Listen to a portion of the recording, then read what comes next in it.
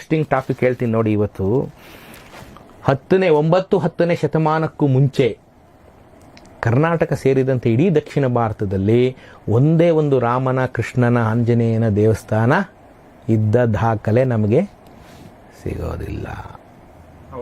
ಎಲ್ಲಿದೆ? ಯಾವುದೇ ಕೃಷ್ಣನ ದೇವಸ್ಥಾನ ತಗೊಳ್ಳಿ, ರಾಮನ ದೇವಸ್ಥಾನ ತಗೊಳ್ಳಿ, ಆಂಜನೇಯನ ದೇವಸ್ಥಾನ ತಗೊಳ್ಳಿ, ಇದು ವಿಜಯನಗರದ ಕಾಲದ್ದು, ಹೊಯ್ಸಳರ ಕಾಲದ್ದು ಅಂತಾರೆ ಹೊರತು ಇಮ್ಮಡಿ ಪುಲಿಕೇಶಿ ಕಾಲದ್ದು ಆಂಜನೇಯನ ದೇವಸ್ಥಾನ ಎಲ್ಲರೂ ನೋಡಿದ್ದೀರಾ? 13ನೇ ಶತಮಾನದ ಹಿಂದಕ್ಕೆ, 1ನೇ ಶತಮಾನದಿಂದ 13ನೇ ಶತಮಾನದವರೆಗೆ ನಮ್ಮ ಕರ್ನಾಟಕದ ಯಾವ ಮಹಾರಾಜ, ಕರ್ನಾಟಕ, ತಮಿಳುನಾಡು, ಆಂಧ್ರದವರು ಯಾವ ಮಹಾರಾಜ ರಾಮ ಅಥವಾ ಕೃಷ್ಣನ ಹೆಸರನ್ನು ಇಟ್ಕೊಂಡಿದ್ರು? ಮಯೂರವರ್ಮ ಬಂದ, ಇಮ್ಮಡಿ ಪುಲಿಕೇಶಿ ಬಂದ, ವಿಕ್ರಮಾದಿತ್ಯ ಬಂದ, ರಾಷ್ಟ್ರಕೂಟ ಬಂದ, ನೃಪತುಂಗ ಬಂದ, ಬಿಟ್ಟಿದೇವ ಬಂದ, ವಿಷ್ಣುವರ್ಧನ ಬಂದ, ಬಸವಣ್ಣ ಬಂದರು. ಮೊದಲ ರಾಮ ಅಂತ ಹೆಸರು ಕೇಳಿದ್ದು ನಮಗೆ 13ನೇ ಶತಮಾನದಲ್ಲಿ ಕುಮಾರ ರಾಮ. ಅವನಿಗೆ ಹಿಂದೆ ಆಮೇಲೆ ಬಂದರು, ಕೃಷ್ಣದೇವರಾಯರು ಬಂದರು, ರಾಮರಾಯರು ಬಂದರು, ತಿರುಮಲರಾಯರು ಬಂದರು, ಮೈಸೂರು ಅರಸರು ಅಷ್ಟೂ ಜನ ಕೃಷ್ಣ ರಾಮ ಅಂತಲೇ ಇಟ್ಕೊಂಡ್ರು. ಆದರೆ ಹಿಂದಕ್ಕೋಗಿ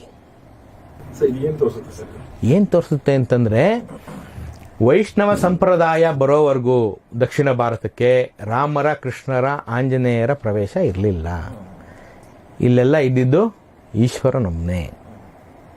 ನಮಗೆಲ್ಲ ದೇವರು ಅಂದರೆ ಈಶ್ವರ. ಅದಕ್ಕೂ ಹಿಂದೆ ನಾನು ಈ ದೇವ್ರ ಬಗ್ಗೆ ಸ್ಪಿರಿಚುವಲ್ ಆಗಿ ಹೋಗೋ ಅಷ್ಟು ಶಕ್ತಿ ನನಗಿಲ್ಲ. ನಮಗಿದ್ದಿದ್ದು ನಮ್ಮ ಲೋಕಲ್ ದೇವರುಗಳು: ಮಹದೇಶ್ವರ, ನಂಜುಂಡೇಶ್ವರ, ಮಾರಮ್ಮ, ಮುಳ್ಕಟ್ಟಮ್ಮ, ಆದಿಶಕ್ತಿಯಮ್ಮ.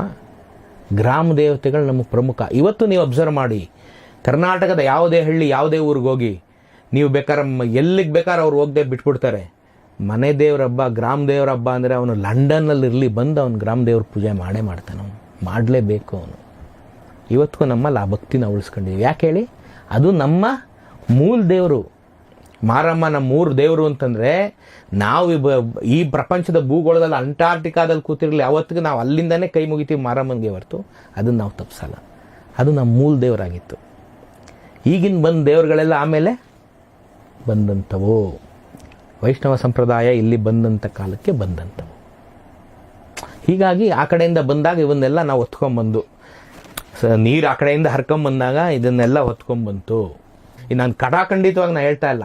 ನನ್ನ ಕಣ್ಗಂತೂ 9ನೇ ಶತಮಾನದ ಹಿಂದಕ್ಕೆ ಎಲ್ಲೂ ನನಗೆ ಇದು ಅತ್ಯಂತ ಪುರಾತನವಾದ 2000 ವರ್ಷದ ಹಿಂದಿನ ಕೃಷ್ಣ ದೇವಸ್ಥಾನ ಅಂತ ನಮ್ಮ ಭಾಗದಲ್ಲಂತೂ ಇಲ್ಲ.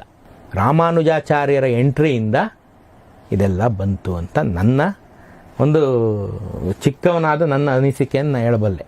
ಇದಕ್ಕೆಂದರೆ ಬಿಟ್ಟಿದೇವನಾಗಿದ್ದವನು ವಿಷ್ಣುವರ್ಧನ ಆಗಿದ್ದು ಇವ್ರ ಕಾಲದಲ್ಲಿ, ಜೈನ ಸಂಪ್ರದಾಯವನಾಗಿದ್ದಂಥ ವಿಷ್ಣುವರ್ಧನ ಆಗಿದ್ದು ಇವ್ರ ಕಾಲದಲ್ಲಿ.